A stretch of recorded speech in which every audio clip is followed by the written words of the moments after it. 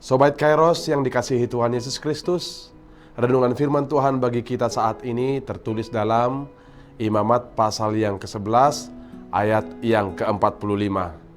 Saya akan baca dan begini firman Tuhan.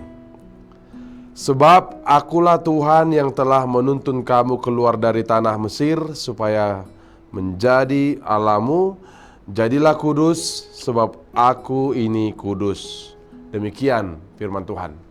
Sobat Kairos yang terkasih, setiap privat atau kelompok tour and travel pasti sudah otomatis menyediakan jasa seorang guide atau penuntun yang hebat dan sudah berpengalaman bagi konsumennya yang bertugas sebagai penuntun bagi mereka orang-orang yang dipandunya. Namun, bagi orang percaya, pada hari ini kita diingatkan bahwa kita juga memiliki Tuhan Allah sebagai penuntun sejati yang lebih hebat dari segala penuntun yang terhebat dan yang tercanggih sekalipun yang ada di dunia ini. Melalui nats ini kita diingatkan kembali tentang bagaimana Tuhan Allah menuntun bangsa Israel keluar dari tanah perbudakan bangsa Mesir. Allah membebaskan agar umatnya dapat menjadi satu bangsa yang merdeka dari segala bentuk penjajahan fisik apapun yang ada di dunia ini dan dapat merdeka dari segala bentuk penjajahan dari kuasa-kuasa penyembahan ilah-ilah duniawi. Allah hadir menuntun agar bangsa Israel dapat sampai ke tujuan tanah perjanjian. Agar dengan semua perbuatan ajaib ini nyatalah bahwa Dia adalah Tuhan Allah yang membawa bangsa Israel keluar dari tanah perbudakan Mesir. Keluaran 20 ayat yang kedua. Sobat Kairos, nats firman ini memanggil kita untuk merespons segala tuntunan Tuhan melalui panggilan untuk menjaga hidup yang kudus. Sebab Allah adalah Allah yang kudus, seperti dikutip dalam Imamat 19 ayat yang kedua, Imamat 20 ayat yang ke-8, Yesaya 6 ayat yang ketiga, Yehezkiel 20 ayat yang ke-12.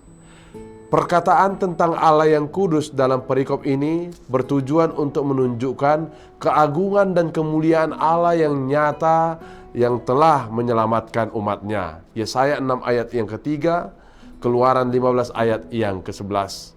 Yang juga sekaligus ingin menegaskan bahwa Allah sangat membenci dosa seperti dikutip dalam Mazmur pasal yang ke-5 ayat yang ke-5.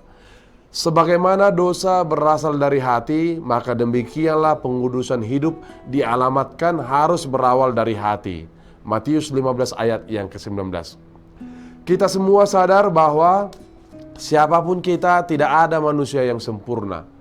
Di dalam kehidupan ini setiap hari dan setiap waktu ada banyak hal, ada banyak situasi, ada banyak tekanan, godaan dan persoalan kehidupan yang harus kita hadapi silih berganti yang sedikit banyaknya dapat menguras pikiran dan melelahkan jiwa.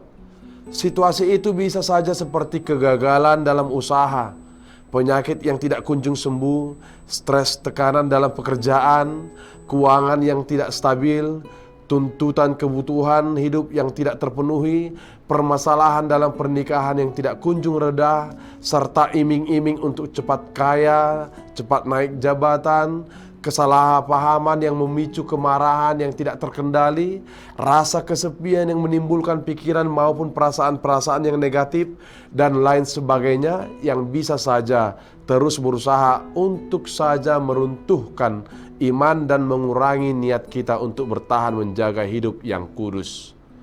Namun, melalui firman ini ditekankan bahwa ada ruang dan pesan yang berbeda kepada kita untuk mengatasi segala permasalahan yang telah disebutkan itu. Dikatakan bahwa menjadi umat yang kudus itu bukan berarti hidup tanpa noda atau tanpa cacat, dan bukan pula mengatakan agar kita berkompromi dengan dosa. Melainkan dikatakan bahwa hidup menjadi umat Allah yang kudus itu artinya hidup yang menyadari bahwa kita telah diselamatkan dan dikuduskan melalui anugerah pengampunan dosa dan pembenaran serta iman kepada Yesus Kristus yang telah menyelamatkan kita. 1 Tesalonika 2 ayat yang ke-13. Hidup kudus tanpa melibatkan anugerah Tuhan akan menjadi kudis yang menyakiti diri kita sendiri. Sebab Seseorang itu disebut menjadi orang kudus, tentu itu bukanlah karena tingginya jabatan rohaninya, bukan juga karena megahnya gedung gerejanya, juga bukan karena gagahnya pakaian gamis yang dikenakannya, juga bukan dari rangkaian kata-kata dalam doa-doanya, bukan juga karena banyaknya ibadah dan kesibukan pelayanan rohani yang dilakukannya, bukan juga karena hebatnya menghafal ayat-ayat Alkitab, dan bukan juga dari seberapa jauh seseorang itu mengasingkan diri dari kehidupan di dunia ini. Melainkan menjadi umat yang kudus itu artinya dimanapun kita berada dan kondisi tekanan godaan apapun yang sedang kita hadapi, kita mau tetap bergantung hanya kepada anugerah kekuatan Allah yang sekaligus kita sertai dengan kuat lemahnya iman kita. Jika iman kita lemah, itu akan membuat kita gampang tunduk kepada segala godaan dan keinginan dosa, seperti dikutip dalam Matius 14 ayat yang ke-29 sampai dengan ayat yang ke-31. Sedangkan jika kuat beriman, maka kita akan menang melawan segala godaan dan keinginan dosa.